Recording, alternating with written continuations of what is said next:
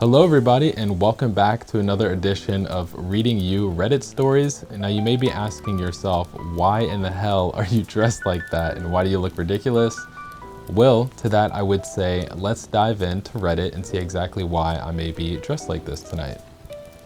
So today on Ask Reddit we have, which propaganda effort was so successful people still believe it today? That fat is the thing to avoid in foods, taking away the spotlight from sugar. And the replies to this confirm it. This seriously may be the most blatant and effective use of propaganda in the modern era, and it's infuriating. Even though we now have the legitimate science and access to information on the subject, it's become so built into our understanding of nutrition that people just can't seem to fully accept that dietary fat isn't going to clog their arteries like grease down a drain. Yeah, and I'm going to have to agree with these guys because I'm going to be honest with y'all, I use a lot of butter and I don't consume that much sugar. Only like natural sugars. And I'll be honest, I feel pretty good. Now, will I die at 40?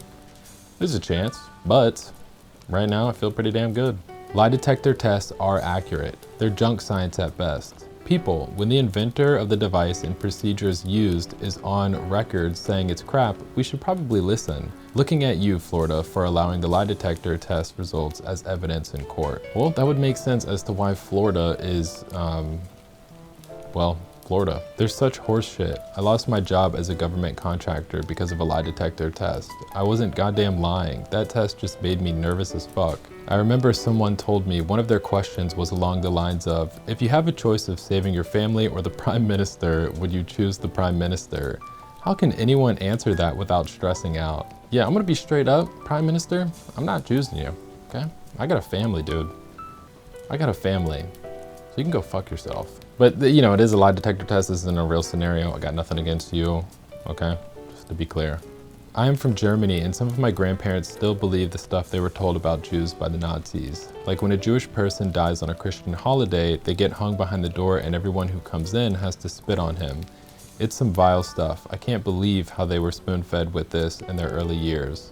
Edit. Another one I remember is that they were told that at a Jewish funeral, the dead person gets a stone put in their pocket, so if they cross Jesus in the afterlife, they can throw it at him.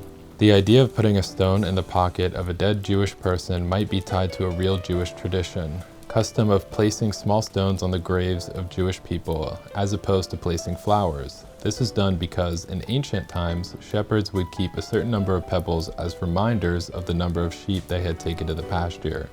Placing a rock on the grave of a Jewish person is a way to ask of God to remember the soul of that person. God is like the shepherd, and the soul of that deceased person will be remembered only if there's a stone to act as a reminder of it.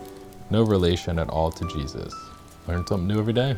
Drinking fountains are unhealthy. The bottled beverage industry commissioned and publicized a series of studies in the early 1990s when they decided to get into the bottled water business. The problem was that their largest competitor was free and available in schools, parks, and public buildings everywhere.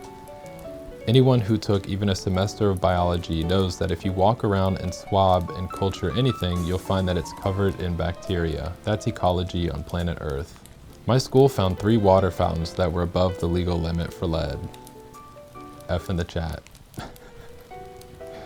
Well, yeah, I mean, I guess you would consume bacteria if you drink out of a water fountain, but you could get lead poisoning. You choose.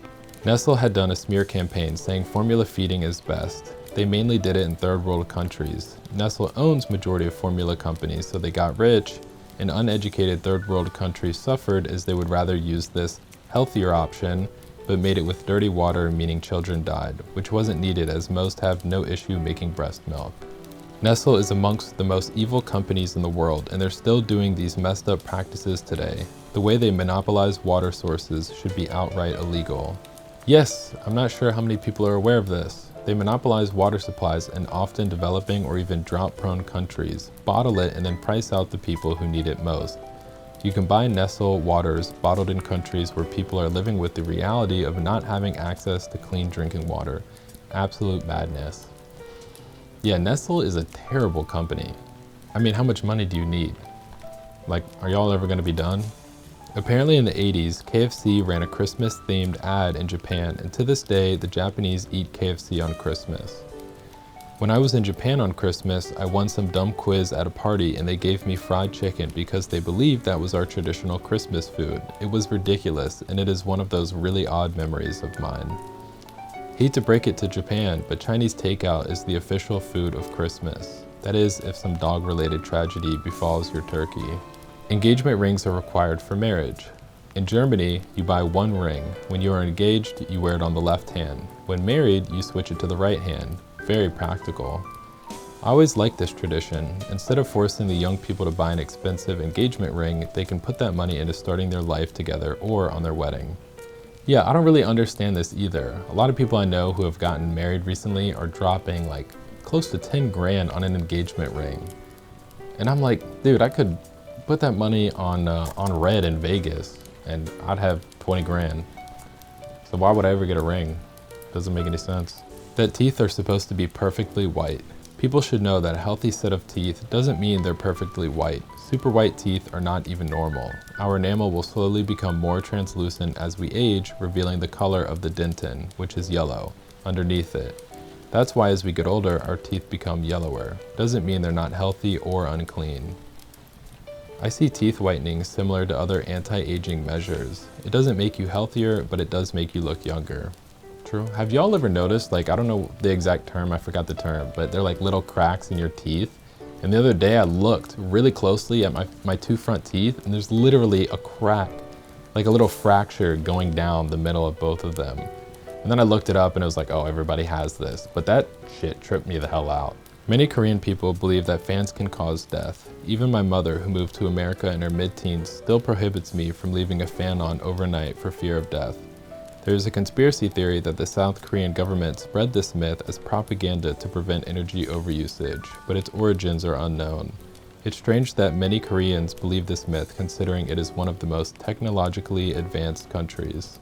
I've heard also that some suicides are covered up by the police reporting that a fan was left on and blaming it on that, publicly at least. Not sure how true that is. Imagine as your job, you have to cover up somebody's death by listing that it was a fan that killed them. Absinthe makes you hallucinate was propaganda because it was hurting the wine industry. Propaganda? Do you have a cold? Too much absinthe. Guess and height? Robitussin. Nice. For those that think I'm an idiot, he misspelled propaganda, just to clear that up. Now I'm gonna be honest, I don't know what absinthe is, so I'm gonna Google it and then I'll put my screenshot above here so you guys can also learn, if you don't know. Carrots make your vision better. This rumor was started in World War II to hide the invention of radar. The public was told that Allied pilots found the German bombers during the Blitz because they had good eyesight because they ate their carrots. But in reality, it was that the British had an early radar system in place that they did not want the Germans to find out about and bomb. Wow, that's interesting. But you know what is true? If you were to eat a shit ton of carrots every single day, your skin would turn like a little bit more orange. Same with like sweet potatoes or anything that's orange. At least I'm pretty sure that's true. That big curvy line of toothpaste with the Dairy Queen curl we've seen in every toothpaste ad, you don't need more than a pea-sized smear of paste on your brush. I always only use a little pea-sized, but I have also never really thought about the massive squeeze they put on the brush in the commercials, lol. Do you think they did this so you go through their product faster, meaning you have to buy more?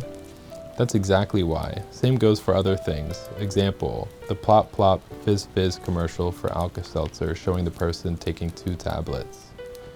Same goes for detergent as well. In these commercials, they be showing you that you gotta fill up this whole damn cup for detergent. That's not true.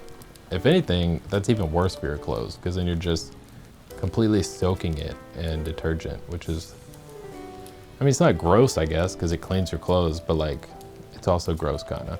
I don't know how to explain it. MSG will kill you and is horrible to ingest. I'm allergic to MSG. Really, it is delicious and your body produces it naturally while breaking down regular salt. Some people do have sodium issues and it may not be good for them, but that's a tiny micro percentage of people. There's MSG in breast milk, tomatoes, and Parmesan cheese, etc., etc. It is a natural component of most protein-containing foods. Also, to just add on to this real quick, salt is actually good for you, but you have to consume salt along with magnesium and potassium or else then salt is a little concerning to consume. And what I recommend and what I tell everybody, if you know me personally, Himalayan pink salt, you should have like a good amount of times throughout the day. You take some Himalayan pink salt with water and you will stay hydrated all day. If you only drink water and you're barely having any like salt and potassium and magnesium, you're not gonna be hydrated and you're just gonna be peeing out the water that you're consuming. And that's true. All right, y'all. Well, that is going to be a wrap on today's episode of Reading You Reddit Stories. I hope you all enjoyed this video. If you did, or even if you didn't, please let me know in the comments below. Subscribe if you haven't, I'd appreciate it.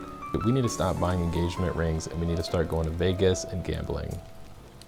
Thanks for watching.